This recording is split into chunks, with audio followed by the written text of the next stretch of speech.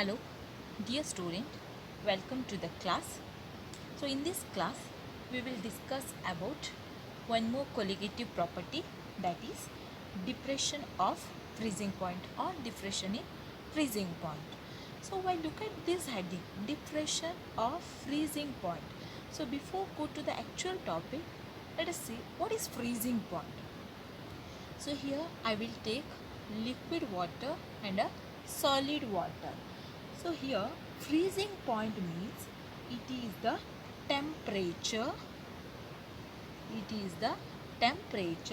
at which solid and liquid are in a equilibrium state. So ಇಲ್ಲಿ freezing point ಅಂತ ಹೇಳಿದ್ರೆ ಅದು temperature related term. So ಯಾವುದಕ್ಕೆ freezing point ಅಂತ ಕರೀತಾರೆ?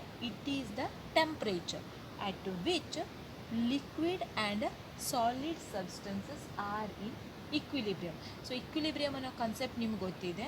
ಸೊ ಎರಡು ಸಿಸ್ಟಮ್ ಇಕ್ವಿಲಿಬ್ರಿಯಮ್ ಇದೆ ಅಂದರೆ ಅಟ್ ದಟ್ ಪರ್ಟಿಕ್ಯುಲರ್ ಟೆಂಪ್ರೇಚರಲ್ಲಿ ಯಾವುದೇ ಕಾನ್ಸೆಪ್ಟು ವೇರಿ ಆಗೋದಿಲ್ಲ, ಅದು ಆ್ಯಸ್ ಇಟ್ ಈಸ್ ಇರುತ್ತೆ. Liquid water, solid water means ಐಸನ್ನು ನಾವು ಸಾಲಿಡ್ ವಾಟರ್ ಅಂತ ಕರಿತೇವೆ. So we know that this ice equilibrium or freezing point of ice is 0 degrees Celsius and the liquid water, that is the water at 0 degrees Celsius. So in this condition, and means at a temperature 0 degrees Celsius, both liquid and ice are in a equilibrium state. So when you are increasing the water temperature, so ನೀವು ಇಲ್ಲಿ ಏನು ಮಾಡ್ತೀರಾ ಅಂತ ಹೇಳಿದ್ರೆ ಇದನ್ನು 1 degree 2 degree 3 degree ಹೀಗೆ increase ಮಾಡ್ತಾ ಹೋಗ್ತಿದ್ದೀರ ಅಂದರೆ ಆವಾಗ ಏನಾಗುತ್ತೆ, ಐಸ್ ಮೆಲ್ಟ್ ಆಗ್ತಾ ಹೋಗುತ್ತೆ. ಆ ಸಿಸ್ಟಮು ಇಕ್ವಿಲಿಬ್ರಿಯಮಲ್ಲಿ ಇರೋದಿಲ್ಲ. ಸೊ ಯಾವ ಟೆಂಪ್ರೇಚರಲ್ಲಿ ಲಿಕ್ವಿಡ್ ಮತ್ತು ಸಾಲಿಡು ಇಕ್ವಿಲಿಬ್ರಿಯಮ್ ಇರುತ್ತಲ್ವ, ಅದನ್ನು ನಾವು ಫ್ರೀಸಿಂಗ್ ಪಾಯಿಂಟ್ ಅಂತ ಕರಿತೇವೆ. This freezing from this freezing point we can also explain the vapor pressure, how it varies. So at equilibrium, so equilibrium ಅನ್ನುವಂಥ condition important. at equilibrium the vapor pressure of the solid will be equal to vapor pressure of the liquid. So ಯಾವ condition ಅಥವಾ ಯಾವ ವಸ್ತು ಅಥವಾ ಯಾವ substance equilibrium ಇದೆ ಅಲ್ವಾ, ಆ ಇಕ್ವಿಲಿಬ್ರಿಯಮಲ್ಲಿ vapour pressure of solid substance vapour pressure of liquid ಸಬ್ಸ್ಟೆನ್ಸಿಗೆ ಈಕ್ವಲ್ ಆಗಿರುತ್ತೆ. That is nothing but freezing point. I hope you cleared about freezing point concept. So ನಿಮ್ಮ freezing point ಅಂದರೆ ಏನು ಅಂತ ಗೊತ್ತಾಯಿತು. So now I will take one pure substance, that is ice. So ನಾನೇನು ಮಾಡ್ತೇನೆ ಅಂತ ಹೇಳಿದ್ರೆ ಐಸನ್ನು ತಗೋತೇನೆ. So we know that the solid substances having the freezing point about 0 degree Celsius. Solid substances ಇದೆ ಅಂತ ಹೇಳಿದರೆ ಅದರ freezing point, solid ice in particular water. So water in solid state, its freezing point is 0 degrees Celsius. Now I will add some solute, that is non-volatile solute.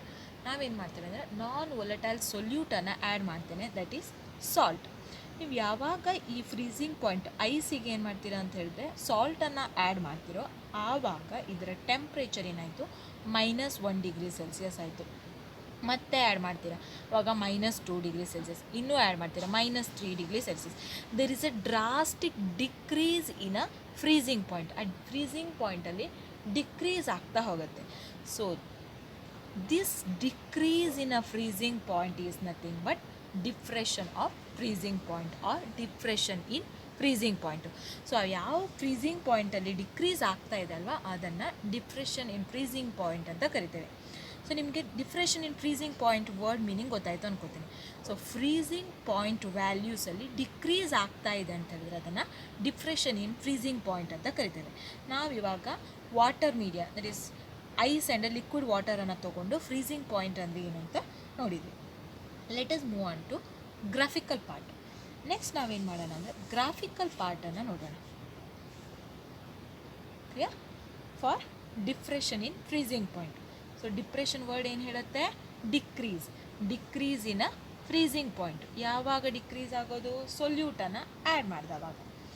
So you know that when you add solute to a solvent, ನೀವು solute ಮತ್ತು ಸಾಲ್ವೆಂಟನ್ನು add ಮಾಡಿದಾಗ ನಿಮಗೇನು ಸಿಗುತ್ತೆ, solution. when you are adding solute to a solvent, you will get the solution. So here I will take a graph of vapour pressure versus ಟೆಂಪ್ರೇಚರನ್ನು in terms of ಕೆಲ್ವಿನಲ್ಲಿ ತೊಗೋತೇನೆ. ಇಲ್ಲಿ vapour pressure ಗ್ರಾಫನ್ನು ತೊಗೋತೇನೆ. First you will consider ಸಾಲ್ವೆಂಟಿನ ಗ್ರಾಫನ್ನು ತೊಗೋತೇನೆ. So ಯಾವಾಗ ನೀವು ಸಾಲ್ವೆಂಟನ್ನು ವೇಪರ್ ಪ್ರೆಷರ್ ಅಗೇನೆಸ್ಟ್ ಟೆಂಪ್ರೇಚರ್ ಹಾಕ್ತಿದ್ದೀರಾ, ನಿಮ್ಗೇನು ಸಿಗುತ್ತೆ, ಈ ಥರ ಕರ್ವ್ ಸಿಗುತ್ತೆ. Means when you are decrease in the temperature, the vapor pressure also decreases. In case of liquid solvent ಅನ್ನು ತಗೋತೀರಾ, ಅದರಲ್ಲಿ ವೇಪರ್ ಪ್ರೆಷರ್ ವರ್ಸಸ್ ಟೆಂಪ್ರೇಚರ್ ಗ್ರಾಫನ್ನು ಹಾಕ್ತೀರಾ. So when you go on decrease in a temperature, the vapour pressure also decreases. So at a particular point, so ಯಾವುದೋ ಒಂದು particular ಪಾಯಿಂಟಲ್ಲಿ ಏನಾಗುತ್ತೆ ಅಂದರೆ there is a drastic changes in a graph. So ಇದೇನಿದೆ ಅಲ್ವಾ, there is a drastic changes in a graph. So ಈ ಪಾಯಿಂಟಿಂದ ನೀವು ಟೆಂಪ್ರೇಚರ್ ಎಕ್ಸ್ಟೆಂಡೆಡ್ ಕರ್ವನ್ನು ಮಾಡ್ತೀರಾ. So that particular point is called freezing point of solvent. ಇದನ್ನು ನೀವು ಫ್ರೀಸಿಂಗ್ ಪಾಯಿಂಟ್ ಆಫ್ ಸಾಲ್ವೆಂಟ್ ಅಂತ ಕರಿತೀರಾ. TF0, freezing point of pure solvent ಅಂತ present ಮಾಡ್ತೀರಾ. So as I said earlier, when you are adding non-volatile solute to a solvent, ಏನಾಗುತ್ತೆ, freezing ಪಾಯಿಂಟಲ್ಲಿ decrease ಆಗ್ತಾ ಹೋಗುತ್ತೆ. So ನಾನೇನು ಮಾಡ್ತೇನೆ ಅಂದರೆ ಸೊಲ್ಯೂಟನ್ನು ಸಾಲ್ವೆಂಟಿಗೆ ಆ್ಯಡ್ ಮಾಡ್ತೇನೆ. ಆವಾಗ ನಮಗೇನು ಸಿಕ್ತು, ಸೊಲ್ಯೂಷನ್. ಸೊ ಈ ಥರ ಗ್ರಾಫನ್ನು ಹಾಕ್ತೇನೆ. ಸೊ ಆಬ್ವಿಯಸ್ಲಿ ಕರ್ವ್ ಏನಾಗುತ್ತೆ, below the pure liquid curve. So below the curve ಬರುತ್ತಲ್ವಾ, so you will get a new curve like this. So here also it will obey the same law. So when you are decrease in a temperature, the vapor pressure of the particular solution also decreases, and at a particular point it reaches this curve. So ಅಲ್ಲಿ ಏನು ಮಾಡ್ತೀರಾ ಅಂತ ಹೇಳಿದ್ರೆ, again temperature extended ಲೈನನ್ನು ಎಳಿತೀರಾ. So ಅದನ್ನು TF ಅಂತ ಕರೀತಾರೆ. That is nothing but freezing point of solution. So TF ಸಿಕ್ತು, TF0 ಸಿಕ್ತು. ಸೊ TF0 ಏನಾಯಿತು, freezing point of pure solvent. TF is the freezing point of the solution. Remember one thing, TF value is always less than TF0. TF value is always less than TF0. Why? Because you are adding non-volatile solute to a solvent. In that case, vapor pressure obviously decreases. When vapor pressure decreases, the freezing point also decreases. Same ಇಲ್ಲಿ ice ಮತ್ತು ಸಾಲ್ಟನ್ನು ಹೇಗೆ explain ಮಾಡಿದ್ರಲ್ಲ, ಅದೇ ಕಾನ್ಸೆಪ್ಟಲ್ಲಿ ಇದು ಹೊಳಾಗುತ್ತೆ. Next, here there is a difference between these two temperature, that is freezing point TF0 and TF. So that difference is called delta TF. So this delta TF is diffraction in freezing point. Clear? So ಇಲ್ಲಿ freezing ಪಾಯಿಂಟಲ್ಲಿ values ಕಡಿಮೆ ಆಗ್ತಾ ಹೋಗುತ್ತೆ, ಅಂದರೆ depression ಆಗ್ತಾ ಹೋಗುತ್ತೆ. So ಆ depression ವ್ಯಾಲ್ಯೂವನ್ನು ನಾವು ಡಿಪ್ರೆಷನ್ ಇನ್ ಫ್ರೀಸಿಂಗ್ ಪಾಯಿಂಟ್ ಅಂತ ಕರಿತೇವೆ. That is delta TF. ಈ ಡೆಲ್ಟಾ TF ಅನ್ನುವಂಥದ್ದು ಕಾನ್ಸಂಟ್ರೇಷನಿಗೆ ಡೈರೆಕ್ಟ್ಲಿ ಪ್ರಪೋರ್ಷ್ನಲ್ ಆಗಿರುತ್ತೆ ಆ್ಯಂಡ್ ಮೊಲಾಲಿಟಿ ಟರ್ಮಿಗೆ ಡೈರೆಕ್ಟ್ಲಿ ಪ್ರಪೋರ್ಷ್ನಲ್ ಆಗಿರುತ್ತೆ. So on removing this this proportionality sign, you will get delta TF is equals to Kf into M. M means molality. So here Kf means molar depression constant or cryoscopic constant or diffraction in freezing point constant.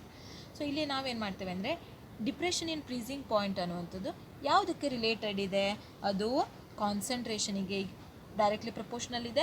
ಕಾನ್ಸಂಟ್ರೇಷನಿಗೆ proportional ಇದೆ ಅಂದರೆ obvious ಅದು molality ಟರ್ಮಿಗೆ directly proportional ಆಗಿದೆ.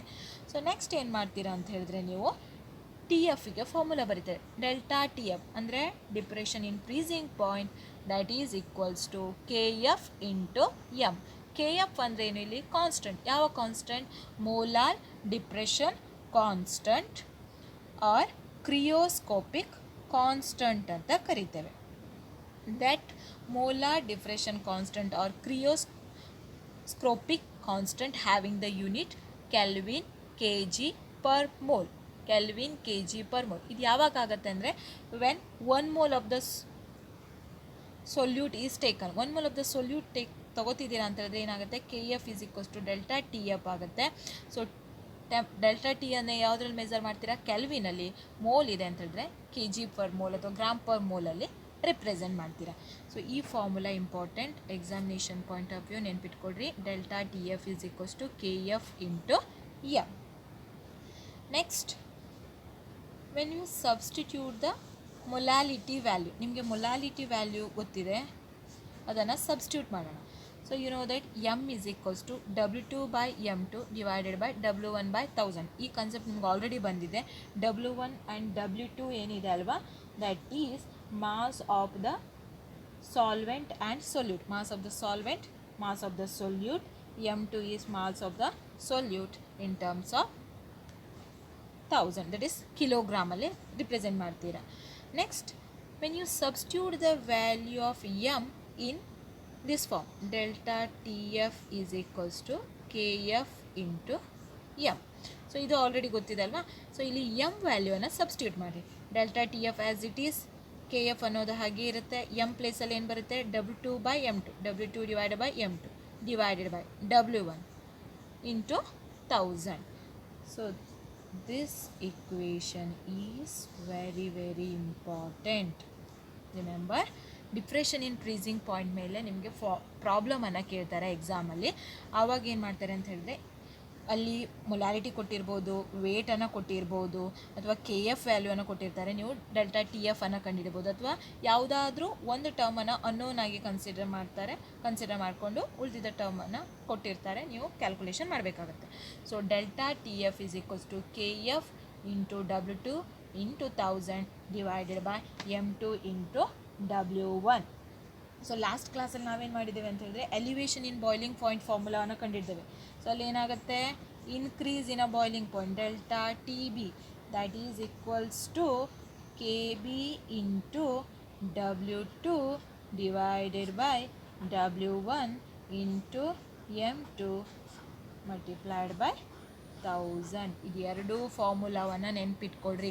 ಇದು increase in ಅ ಟೆಂಪ್ರೇಚರಲ್ಲಿ ಬರುತ್ತೆ, ಇದು decrease in a temperature ಬರುತ್ತೆ. This one for depression in freezing point, this one for elevation in freezing point. So ಇದು ಎರಡೂ ಫಾರ್ಮುಲಾ ಇಂಪಾರ್ಟೆಂಟು. ಇದರ ಮೇಲೆ ನಿಮಗೆ ಪ್ರಾಬ್ಲಮನ್ನು ಕೇಳೋ ಚಾನ್ಸಸ್ ತುಂಬ ಇರುತ್ತೆ, ನೆನ್ಪಿಟ್ಕೊಡ್ರಿ ಆಯಿತಾ. ನೆಕ್ಸ್ಟು, ಕೆ ಎಫ್ ವ್ಯಾಲ್ಯೂವನ್ನು ನಾವು ಈಸಿಯಾಗಿ ಫೈಂಡ್ ಔಟ್ ಮಾಡ್ಬೋದು by using this formula. So R ಅಂತ ಹೇಳಿದ್ರಲ್ಲಿ ಗ್ಯಾಸ್ ಕಾನ್ಸ್ಟೆಂಟ್ ಆಗುತ್ತೆ. K F is equals to R into M1 T F square divided by 1000 into delta fusion H, that is enthalpy of fusion. So ಈ ಫಾರ್ಮುಲಾನ ನೀವು ಡೈರೆಕ್ಟಾಗಿ ನೆನ್ಪಿಟ್ಕೊಳ್ರಿ. K F is equals to R into M1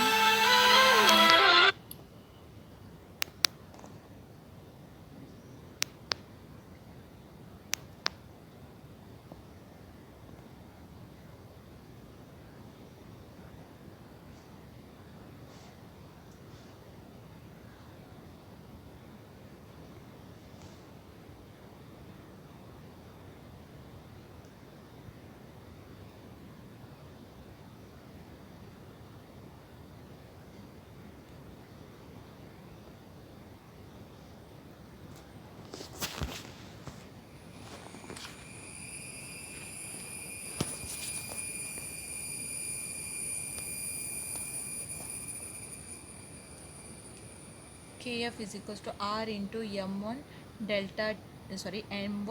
TF square divided by 1000 into enthalpy of fusion. Next, some KF value. So KF for water is 1.86 Kelvin kg per mole. For ethanol it is 1.99 Kelvin kg per mole. For carbon tetrachloride it is 31.8 Kelvin kg per mole. New exam purpose K F value for ವಾಟರನ್ನು ನೆನ್ಪಿಟ್ಕೊಡಿ, that is 1.86 kelvin K G per mole. So ಈ ವ್ಯಾಲ್ಯೂವನ್ನು ಕೊಟ್ಟಿರ್ತಾರೆ. Suppose ಕೊಟ್ಟಿಲ್ಲ ಅಂತೇಳಿದ್ರೆ ನೀವು ಈ formula use ಮಾಡಿ ಕಂಡುಹಿಡಿಬೇಕು. ಆವಾಗ ಏನು ಮಾಡ್ತಾರೆ, ಎಂಥಾಲ್ಪಿಯ ಫ್ಯೂಷನ್ ಕೊಟ್ಟಿರ್ತಾರೆ ಕೆಲವೊಮ್ಮೆ. ಕೆ ಎಫ್ ಅನ್ನೋನು M2 ಅನ್ನೋನ್ ಆಗಿರುತ್ತೆ. ಆವಾಗ ನೀವೇನು ಮಾಡಬೇಕು, ಕೆ ಎಫ್ ಫೈಂಡ್ ಔಟ್ ಮಾಡಲಿಕ್ಕೆ R into m1 TF² divided by 1000 into enthalpy of fusion. So ಈ ವ್ಯಾಲ್ಯೂವನ್ನು ಕೊಟ್ಟಿರ್ತಾರೆ, ನಿಮಗೆ ಕೆ ಎಫ್ ಬೇಕಾಗಿರುತ್ತೆ. ಆರ್ ವ್ಯಾಲ್ಯೂ ನೀವು ಸಬ್ಸ್ಟಿಟ್ಯೂಟ್ ಮಾಡಬೇಕು, gas constant value. In case of elevation in boiling point ಅಲ್ಲಿ ಏನು ಮಾಡ್ತೀರಾ, K B is equals to R into m1 TB² divided by 1000 into enthalpy of vaporisation.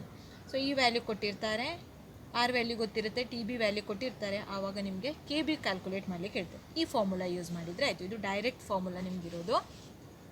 So this is about depression in freezing point. ಈ depression in freezing point ಅಂದರೆ ನಿಮ್ಗೆ ಮೇಯ್ನಾಗಿ ನೆನಪಿರಬೇಕಾದಂಥದ್ದು ಈ formula. Delta T F is equals to K F W2 divided by m2 W1 into 1000. And elevation in boiling point ಅಂದರೆ ಈ formula. Next solvent ಇದ್ದಾವಾಗ, solute add ಮಾಡಿದವಾಗ ಫ್ರೀಸಿಂಗ್ ಪಾಯಿಂಟಲ್ಲಿ ಯಾವ ಥರ ಚೇಂಜಸ್ ಆಗುತ್ತೆ ಅಂತ ಹೇಳಿದ್ರೆ, ಪ್ಯೂರ್ ಸಾಲ್ವೆಂಟಿನ freezing point always higher then freezing point of a solution. ಸೊಲ್ಯೂಟನ್ನು ಆ್ಯಡ್ ಮಾಡ್ತಿದ್ದೀರ ಅಂದರೆ ಫ್ರೀಸಿಂಗ್ ಪಾಯಿಂಟಲ್ಲಿ ಡಿಕ್ರೀಸ್ ಆಗ್ತಾ ಹೋಗುತ್ತೆ. ಈ ಕನ್ಸೆಪ್ಟ್ ನೆನಪಿರಬೇಕು. Thank you.